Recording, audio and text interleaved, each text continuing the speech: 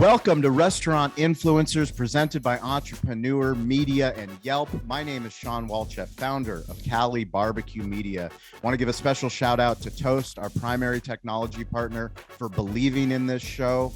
We have gotten some incredible numbers from entrepreneur.com over the last 3 months. Just alone, we've had over 2 million people who have listened or who have watched this show. So thank you if you are a listener, if you watch this on entrepreneur.com, if you watch it on YouTube, we are grateful for you. If you're new to the show, welcome. We're very excited to have you. In life, in the restaurant business, and in the creator economy, we learn through lessons from stories. Today, we have a power couple in the influencer economy. They are the founders of Mate Society. It is Hernan Regiardo and Samantha Trottier. So happy to have you guys on the show. Welcome. Thank you so much. We're so excited to be here. Same. So I'm gonna shift the show. For people that have listened, I usually start with an unusual question, but I'm gonna go to a post that actually Hernan made on LinkedIn. So on LinkedIn, you put the $2.5 trillion market that no one is targeting is Hispanics. Did you know that 1 in every 5 Americans is Hispanic? 58% of Hispanics in the US are under the age of 34. You put, of the 130 brands that we work with, only 3 have wanted to create Hispanic content. Our personal TikTok, that is entirely in Spanish, has almost 1 million followers and is a case study that we use for clients, but brands don't ask for Spanish content. I'm going to ask you, why is it important to target consumers in their native language? I think it's a way to connect with your consumers and with possible clients that it's so deep. It's like the meme culture. The meme culture, it's to connect with people or with feelings or with memories, a lot of past memories, childhood memories.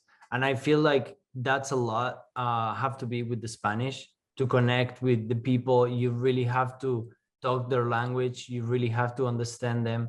And I think that's really important. And it's a market that no one is like paying attention to. It's crazy. And more in companies that they're in south of the US, like Texas, Florida, California, Arizona.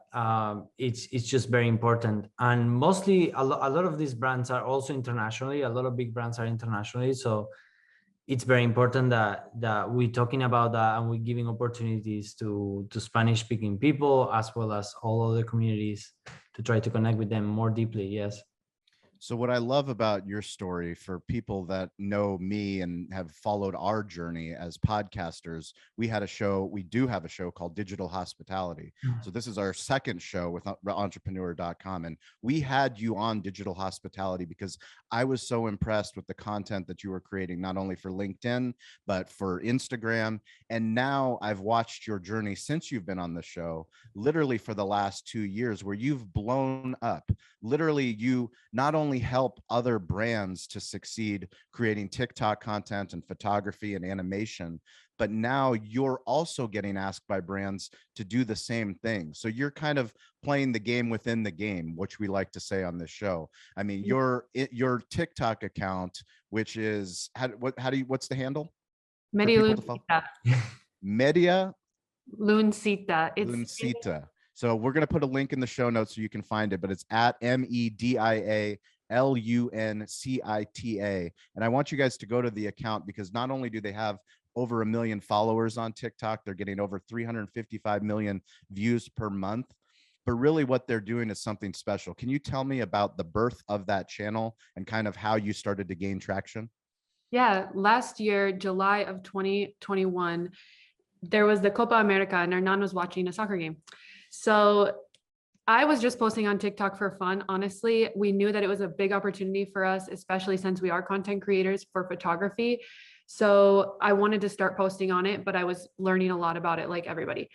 So I posted this video of Hernan literally swearing at his soccer game on his laptop. And it went viral about 2 days after I posted it.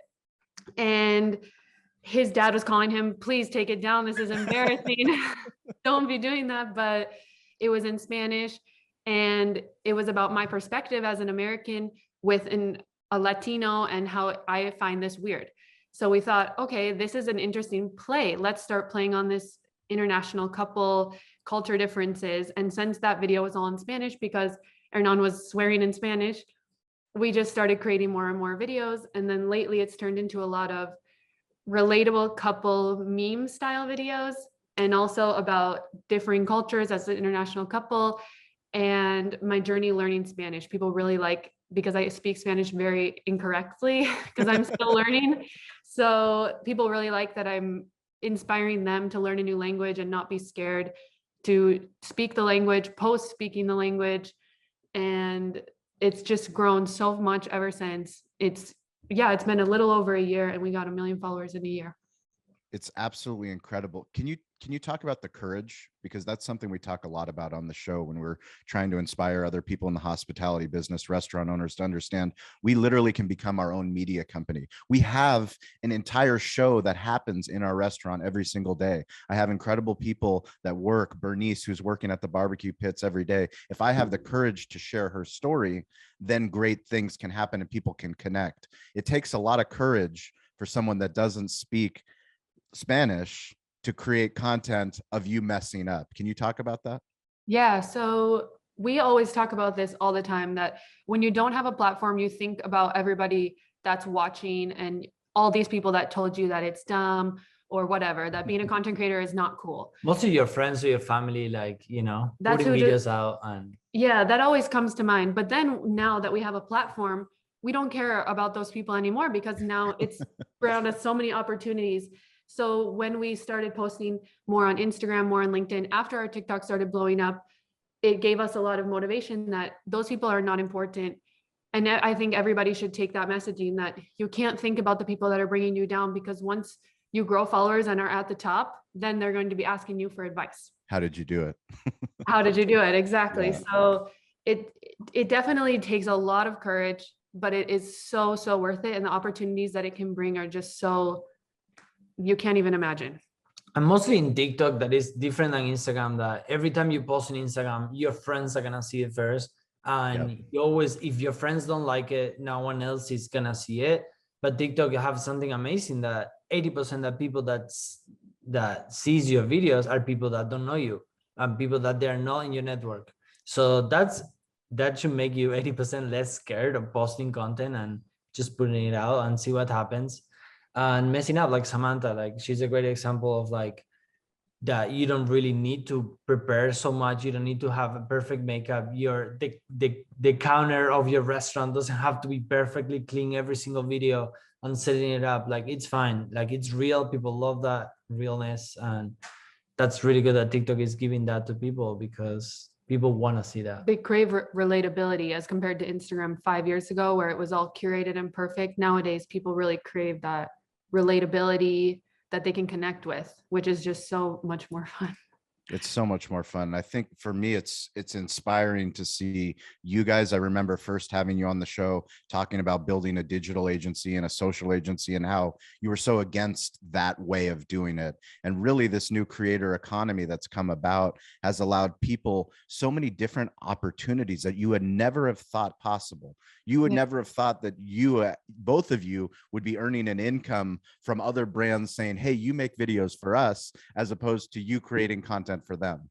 Yeah, exactly. I mean, we just bought a house this year and we joke that it's internet money, because we got it from making photos for Instagram and TikTok videos. So yeah, there's so many opportunities, plus all of the opportunities like this, getting interviews, getting to meet so many amazing people from putting yourself out there is just worth everything.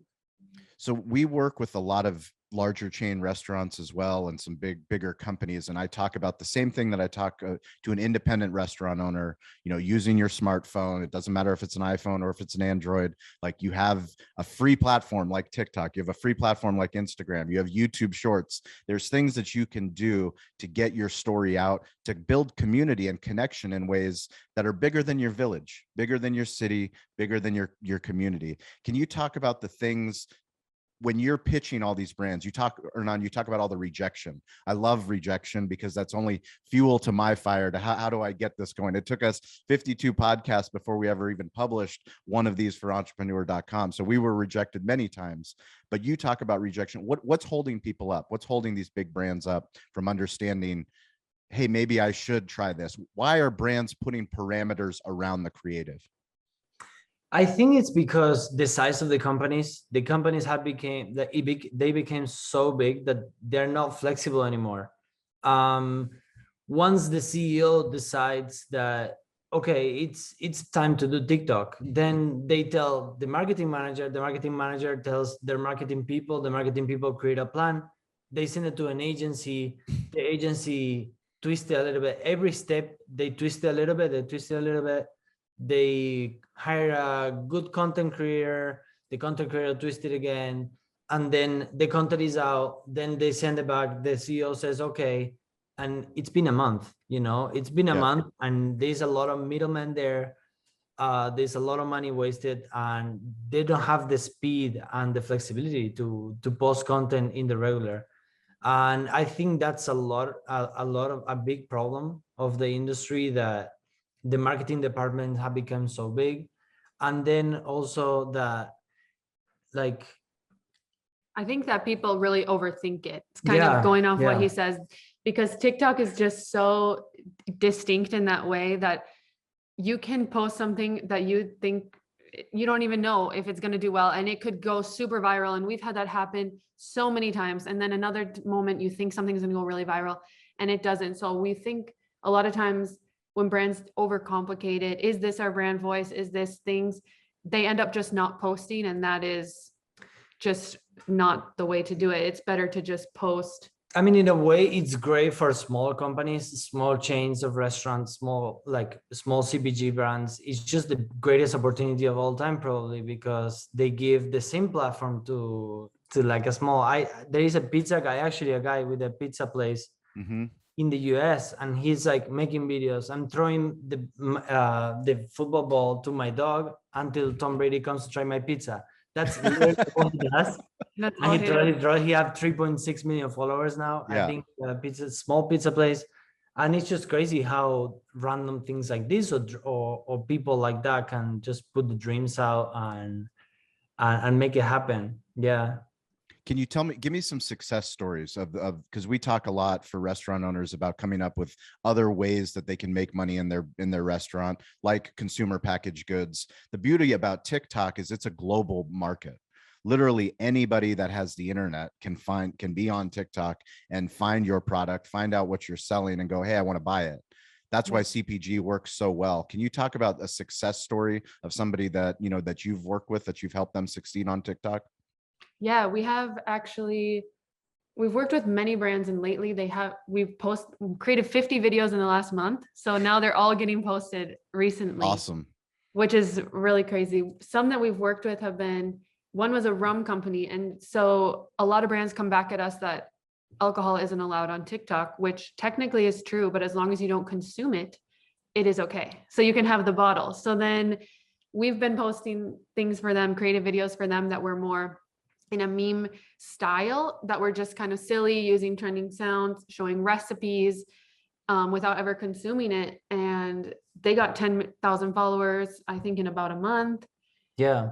And the most important is the converting on sales. Like, people focus so much also on the followers, and people have to put the content out and be active on the platforms. And I think like that's great. We having a little hard time now finding the return on investments, and like having people to tell us, okay, this is how the videos are performing. Like, also just because it's hard to come back to the brand and ask for that when they just are kind of like, okay, you create the videos, bye. Yeah.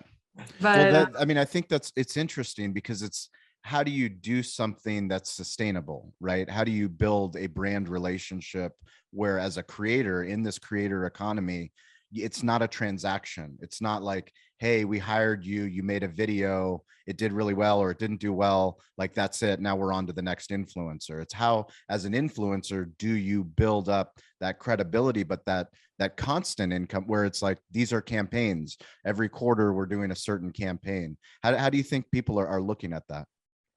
Yeah, I think in the influencer side is easier because normally when you promote something, you have a discount code and it's really easy to track. And it's like, okay, this is going good. We're converting a lot.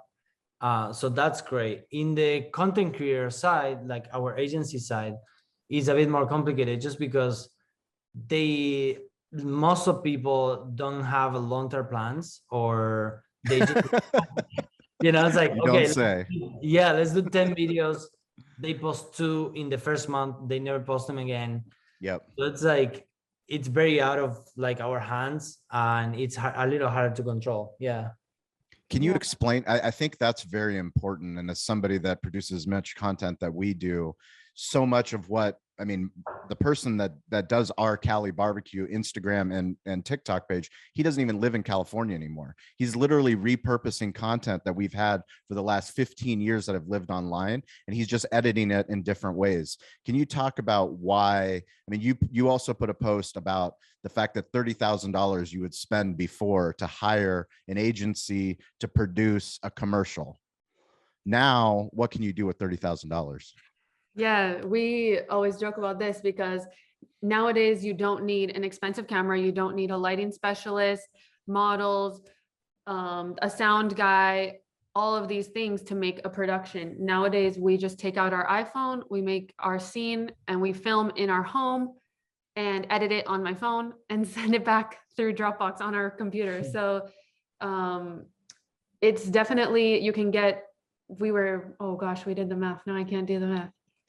On how many videos? Yeah, for $30,000, you can get 60 videos. Yeah, like a lot. That's how much we charge for those. So then imagine they used to get one commercial for $30,000. Now we're giving you 60 15-second to 1-minute videos for $30,000.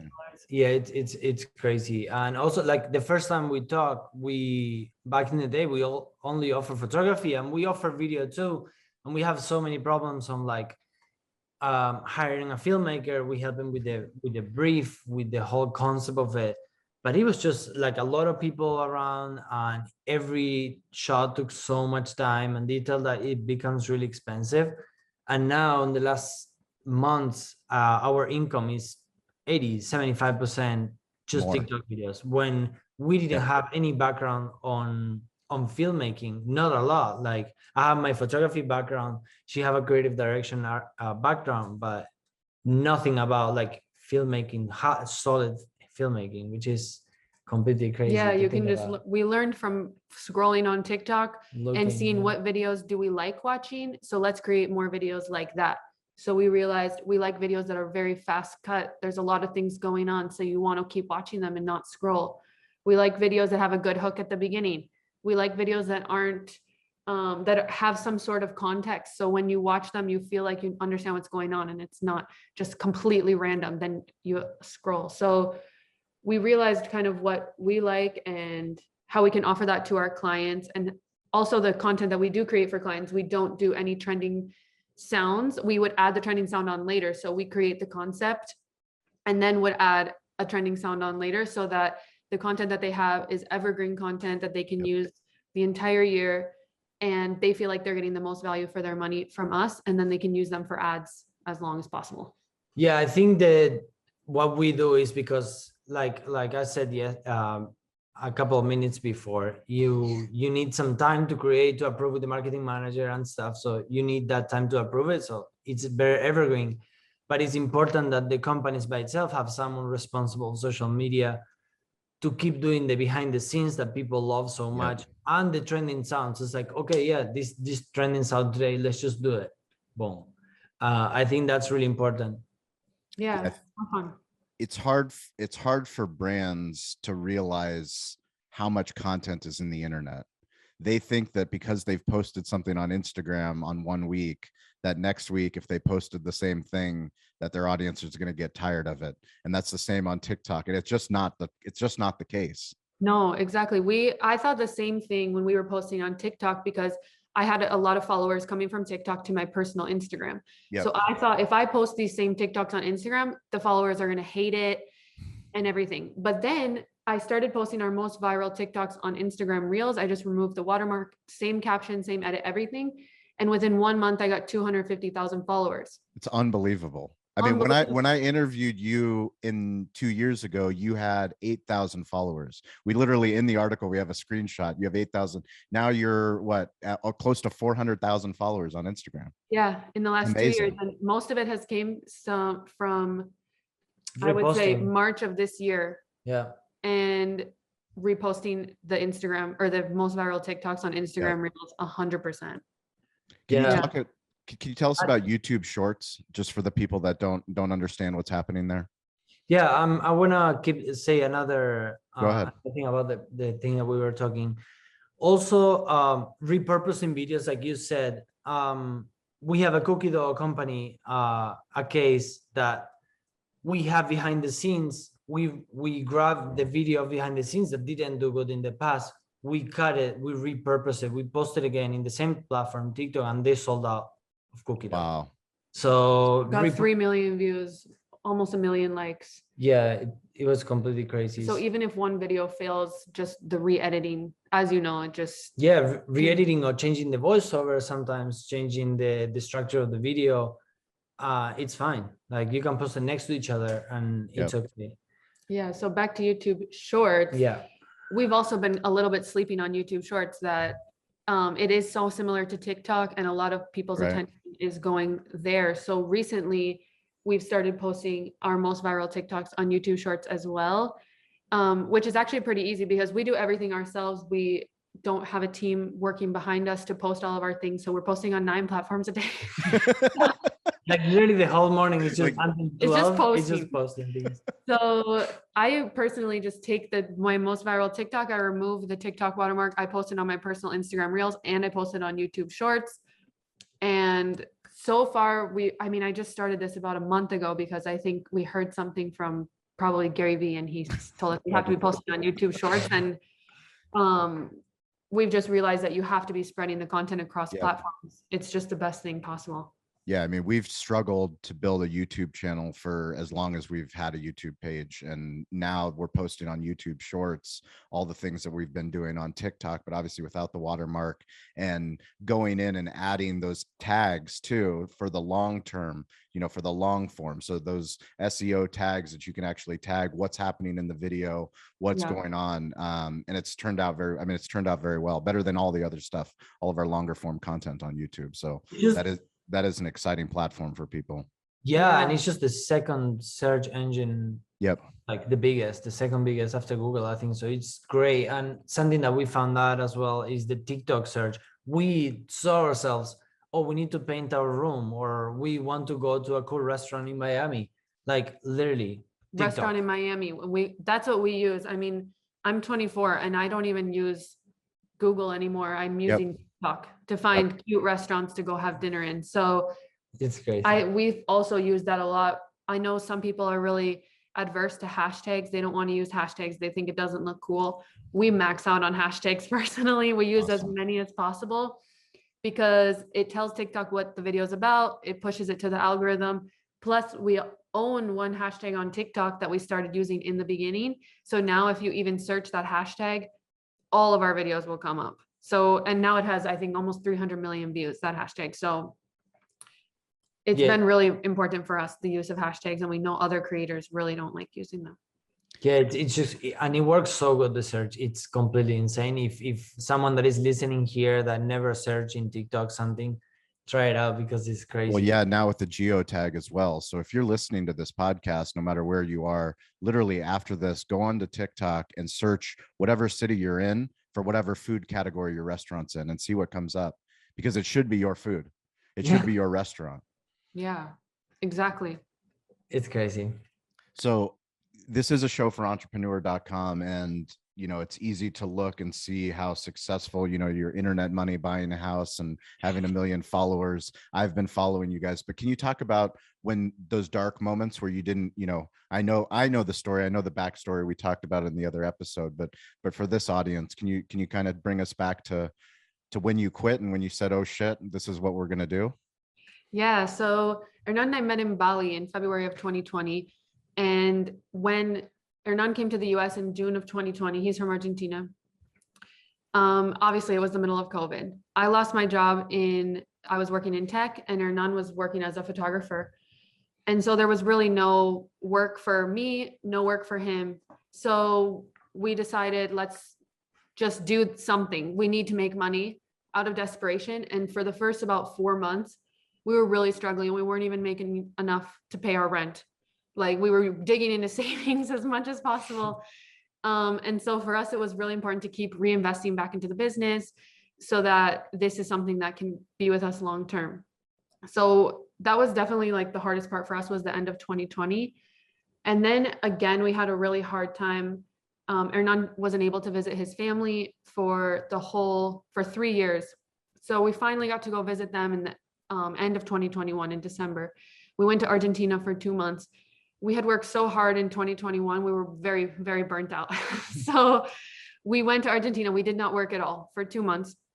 And in our business, you need to be reaching out to clients pretty often so that shoots get booked, because once the client says, yes, I want to book the shoot, you get paid about 3 months later, because by the time you shoot, and then it's the 30-day payment. So because we didn't work at all, then when we came back, we were calling on our clients that said they wanted to shoot, and things were falling through. And so we were panicking that we weren't getting any work. What are we going to do? We want to buy a house. We need to get more money to buy this house. And so that was another really hard moment and an awakening for us, that we need to be taking breaks throughout the year, throughout every week, so that we don't get burnt out, so that this doesn't happen again. So this year, that was a big priority for us. We used to not take weekends off, but now we're taking weekends to not even go on our computer and just do something together as a couple and go to the beach. Are you filming any content during these weekends, or is it a no content? Be honest. Try not to, but it's in your blood. When it's in your blood, we really love it. So but isn't that the beauty of it? I mean, that's what I try to explain to business owners when you're talking about the content create. Once you realize that your business life and your personal life, yes, we all need to take care of ourselves. But once you realize you have your smartphone in your pocket and you start to document your life, and the thing that's resonating with the internet, obviously, and with your fans, is that you're being true to who you are. Yeah. You're just being true to who you are. And if you're having a funny joke, or you're watching the football match, and like you capture that because you have a phone with you, who knows what business opportunity that's going to lead to. Exactly. Yeah. We always keep reminding ourselves that you create content about your life. You don't need to create content separate from your life. So just live your life and then film it. Yeah. As simple as it needs to be. It doesn't need to be this whole conceptual thing that you create. Yeah, that's how we try to do as much as we can. It's like, okay, like at the beginning, we used to set up and like say, okay, let's do this. Let's set up the tripod. Let's do that. And now it's like, okay, like we maybe have to do this for the rest of our lives. Like, how we're going to adapt our content so it's more easygoing and it doesn't have a lot of impact in our life, And it represents who we are, so that people love us for us and not for this content that we create, that we formulate and ideate.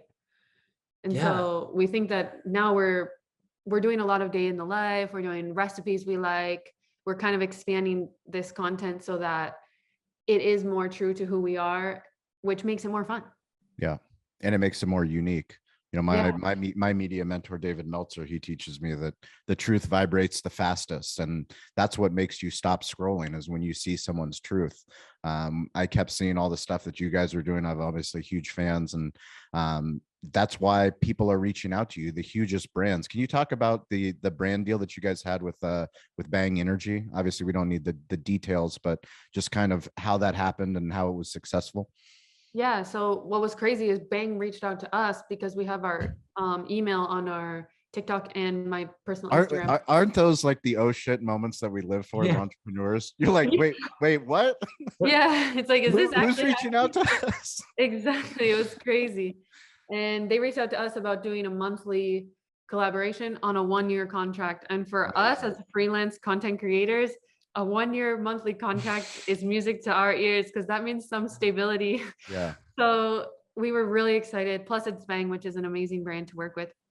And they also taught us a lot about how to manage influencers because they send over amazing decks of how they want their content and everything. And they also let us do it with our style. So a lot of times we just do our normal video and are holding the can in there, and those get the most views. We had one get 6 million views, one get 5 million views. Yeah, So it was great for them. Yeah, and that's what happened a lot to us when we're getting influencer collabs. Like when they pay a lot of money to be in our page, they literally try to like milk it as much as possible. Please tag 2 times, put the hashtags, then you have to name the brand. Of course, that's fine. And it doesn't really matter. Like this is, we just did like a video that Sam was saying, he got 6 million views, and it's literally us doing a meme of kind of like a couple meme and just holding the can literally in the middle of the frame. And tagging it in the bottom.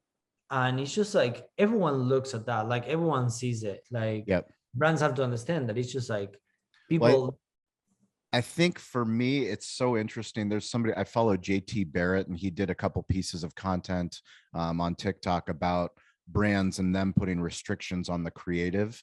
And I think when the problem is in the past, we used to not think that the consumer, the customer, the user was as smart as we are.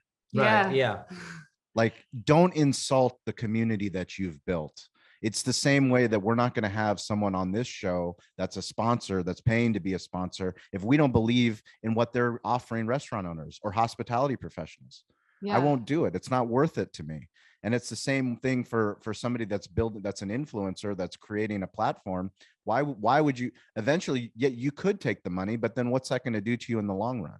Exactly. We're really particular about what brand deals we take because we don't want our page to turn into all ads. We want it to still be fun. So we'd rather do less ads that are higher money for us and actually speak to our audience so that we don't lose any engagement for doing ads.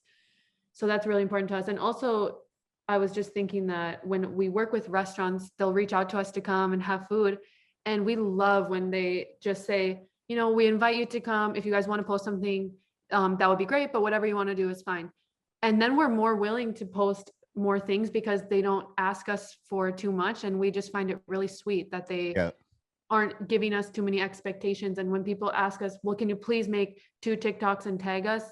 Then we feel more resistant because we don't know the experience. We don't know what it's like. We don't want to commit to something that maybe we don't want to offer to our followers. So when people are more open, we're more willing to help them because they're wanting the authentic experience, and they want that if we love their restaurant, then we will post about it. And if we don't, then we don't.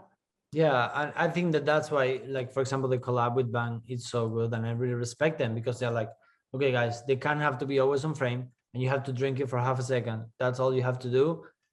Do what you know best and do what your community likes, right? And I feel like the same in restaurants. And there's a case study of a cafe that it's Kind Cafe, something like that, in TikTok, and they literally are in the street inside of a car. I'm pretty sure you saw it. They just say nice things to people in the street. And they'll say, oh, you look so great today. And then they're like, oh, thank you. But they say it in a funny way, and it's really fun to watch. And they have how many followers? Yeah, they have like over 1 million, and the coffee shops are always popping, and they never show the coffee. They never show the inside of the coffee. You wonder, like, and then you start creeping around. It's like, because we all creep in social media, we all love to see what this is going. And I feel like that's great. And it's okay if it's not very product focused, like that's fine. Like in a restaurant, also example that it comes to my mind is showing cleaning your restaurant, how to set up your restaurant before people come. Satisfying like cleaning. That. People love that.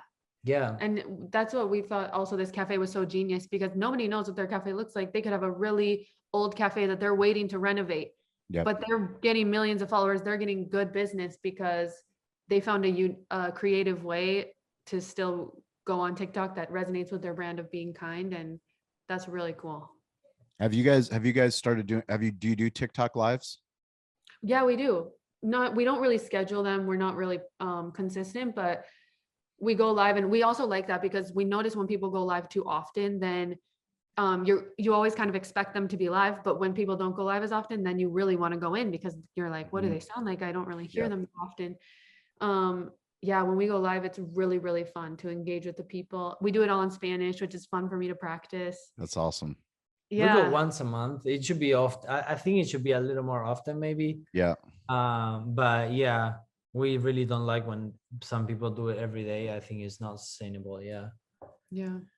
That's great. So every single week we put on a show on Clubhouse called on digital hospitality. So on Wednesday and Friday at 10 a.m. Pacific Standard Time, we invite people that listen to this show to come on Clubhouse, share their story, and we like to give a shout out to the people that are actually putting in the work. My grandfather, he taught me to stay curious, to get involved, and to ask for help.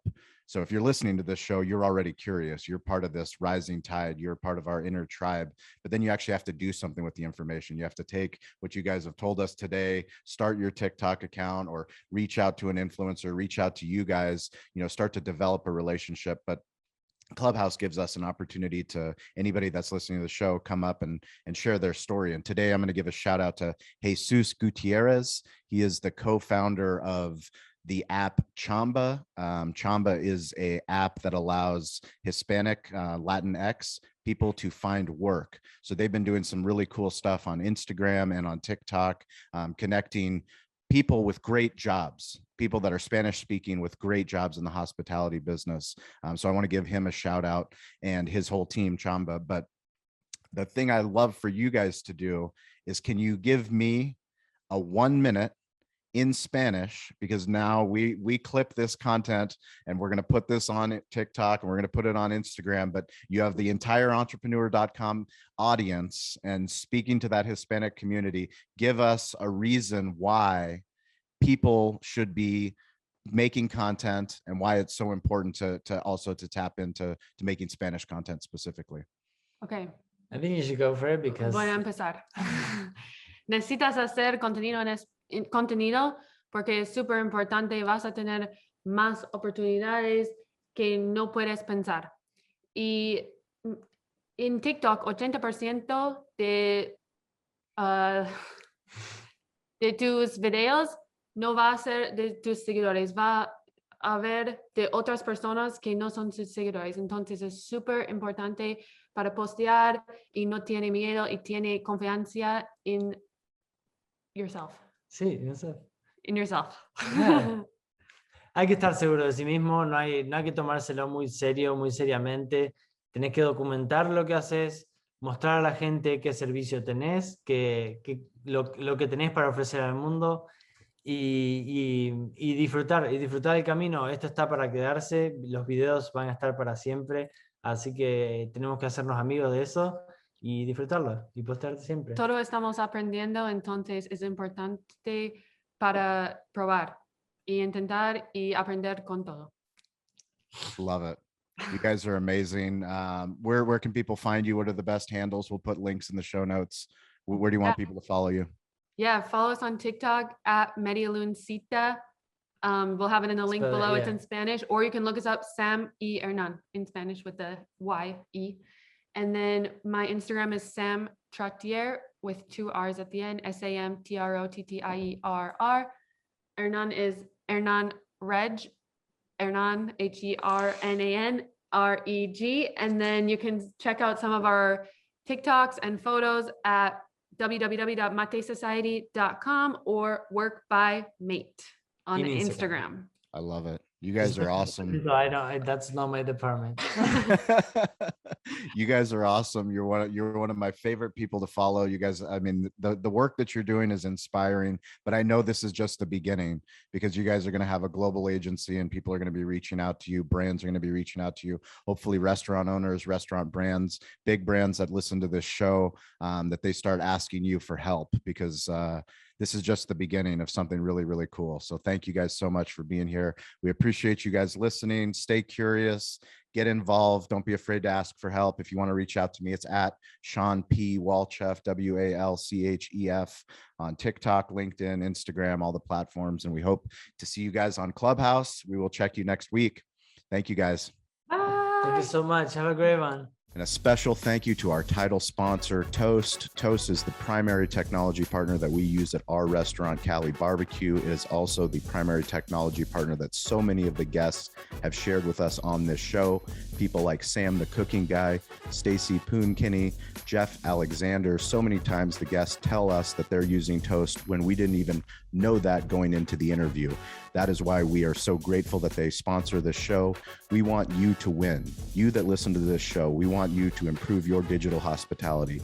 Toast is built for restaurants and it's built for you. Toast is the restaurant-first platform that's built for your needs, whatever your size, concept, or ambitions. Improve your bottom line with a customizable platform that's easy to learn, use, and grow with. And it meets you where you are with all the right tools for your price point. If you have any questions about Toast, please DM me at Sean P. Walchef, ShawnPWalchef. I will get you the link to the right Toast contact in your market. It's so important that if you listen to this show, that you win. We want you to be on this show eventually. Let us know that you heard the show, you heard about Toast, you implemented Toast, you did a Toast unboxing in your restaurant. Talk to us about how you've impacted your village, your city, your community. Share your Toast story with us. DM me today to learn more, and be sure to check out Toast.